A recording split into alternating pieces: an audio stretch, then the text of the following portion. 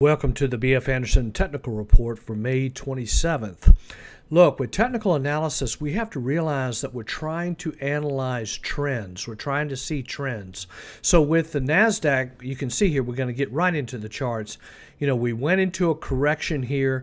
We're going to talk a little bit more about normal corrections. This looks like somewhat of a normal correction within a bull market. So we've gotten a pullback below the 50-day moving average. Now we're back above the 50-day moving average, which is looking positive. On the mid caps, however, we're on the mid cap stocks, these are middle-sized companies. You can see here a little bit of hesitancy here. We've held the 50-day, but we're really not breaking out in any meaningful way. Here's the New York Composite, all the stocks on the New York Stock Exchange, kind of the same thing. We've pulled back below the 10-day. We're kind of consolidating in here, moving sideways. On the small caps, similar story. We're not in any kind of major downfall or downturn. It's just basically moving sideways. Now on the S&P though, we're starting to see some real improvement here. With the S&P, we got the violation right here after the break back here. Then we came down, held the 50-day, consolidated. Now we're kind of trying to turn up. So basically what we're seeing here is higher lows, higher highs, higher lows, but we haven't made another higher high, which would be about 42.25. Aggression index, much improvement here. Now you can see here the aggression index on a daily basis. Now this is not the indicator, but it's just a daily look at what's going on aggressively. In other words, we're comparing the NASDAQ to the consumer staples or technology to toothpaste. And as you can see here, toothpaste has been dominating, but we're starting to see a little bit of an upturn here. Now on the actual indicator, we came down, we gave the sell signal, but now have turned back up above the 40-week moving average. So we're back on a buy signal. What we'd like to see would be to get this back above the 10-week moving average and start trending upward like this. But so far so good on the aggression index. Now on our three economic indicators, interest rates are standing relatively flat.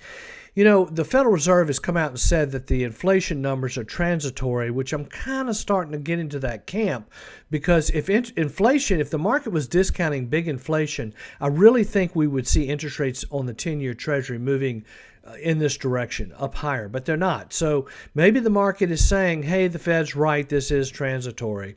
Now on oil, we're seeing somewhat of a sideways movement here, above 65. We'll talk a little bit more about the oil stocks as we get into the top 5. Financial stocks have been in a good, strong uptrend, however, kind of flattening out here a little bit. But as interest rates, if they move higher, that will help that group. Now on the new lows, I think the new lows have kind of shown us a little bit of a scare in here, but nothing terrible. It's gotten back under control. Now look, I can tell you, if this was a roaring bear market, you would see a lot of new lows, which we're just not seeing. So it's just not a bear market. Now on the inversion curve, again, I hate to really keep showing this because it's not going to be a very often that we get a signal, but I think we keep a close eye on this. It is not discounting any type of recession, so we're in good shape there. Now on the sentiment index, which is the AAII bulls minus the bears, we're seeing somewhat of an improvement there. We've moved somewhat back into neutral. In fact, if you look at our indicator from the CNN sentiment index that we use on our technical report, you'll see that we moved into fear. So basically, we're starting to see some improvement there. Now, if you look also at the put-call ratio, a little bit of improvement, however, not moved back into neutral yet. Like I say about sentiment, it's a secondary indicator. It's something we want to be aware of, but it's not going to determine buy or sell decisions. Now, this is an important indicator here. This is where I'm comparing junk bonds to the Treasury bond. If the line is going up, it's telling you that the junk bond market is healthy. If the line is rolling over and coming down, the junk bond market is not healthy, and basically people are worried about default, they're worried about recession, but we're not really seeing that here, but we are seeing a little bit of a flattening out here. Now realize this can change quickly, but right now, as we look at it today, I don't see a recession on the horizon. Now, Visa, which is just a way for us to keep track of what's going on with spending patterns. We got a violation. We broke down, came down, held the 50-day, just like the S&P, just like the market. Got back above the 10-day. 10-day has turned up, so we're looking okay there. Now, on the volatility index, we did get some of a spike in volatility, but it's calmed back down again. It's back below 20. We're in good shape there. Now, I did a study to make a very important point.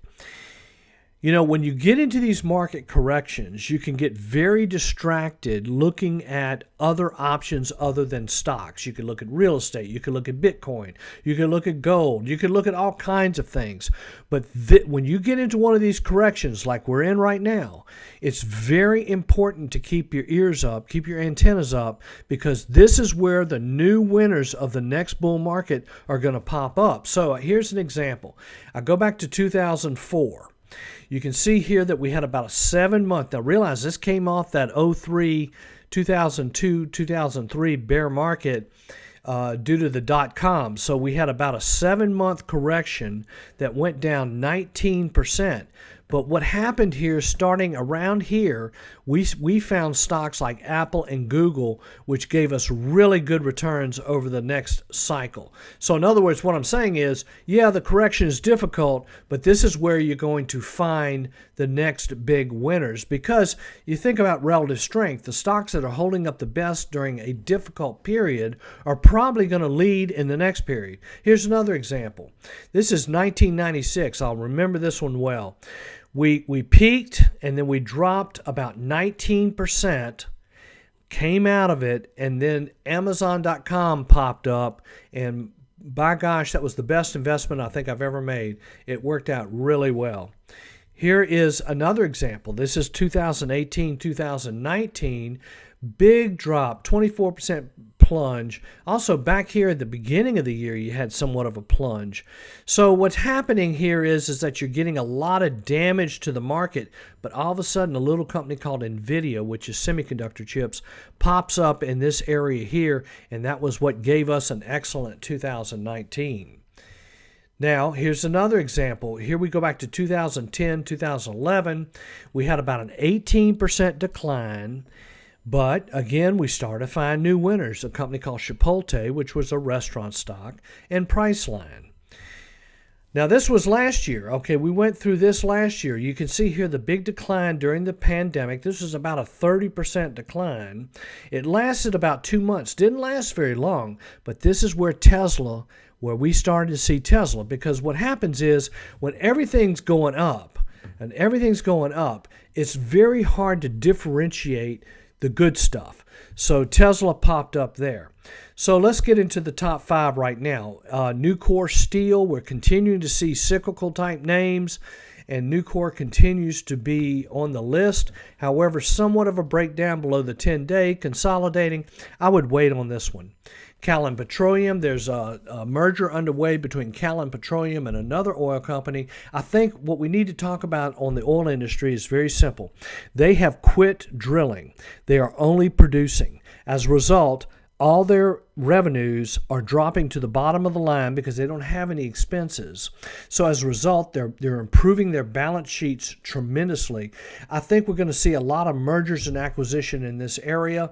Callon Petroleum is an example. Cimarron Energy is buying them or merging with them. So again, we're going to see some big changes in some of these oil and gas producers. Here's Crocs, which is the rubber shoes. We had a gap up here on our earnings report, very positive. Stock rallied, pulled back, kind of formed a head and shoulders formation, is breaking out of the upper shoulder. This looks very positive. Crocs is interesting, taking a look at it. Here's Devon Energy. This is another oil producer that could be an acquisition candidate or a merger candidate. You can see here that the stock, has been in a strong uptrend, had somewhat in the last couple of weeks, kind of pulled back a little bit. However, popping popping back up above that 10-day looks constructive. Here's Fortinet, which is cybersecurity. We are starting to see some cybersecurity stocks hit our list. CrowdStrike would be one that comes to mind. Now realize this stock has been running a pretty good long time, so a correction or a pullback wouldn't be unexpected, but Fortinet does look good. So that's basically it. If you have any questions, please give me a call.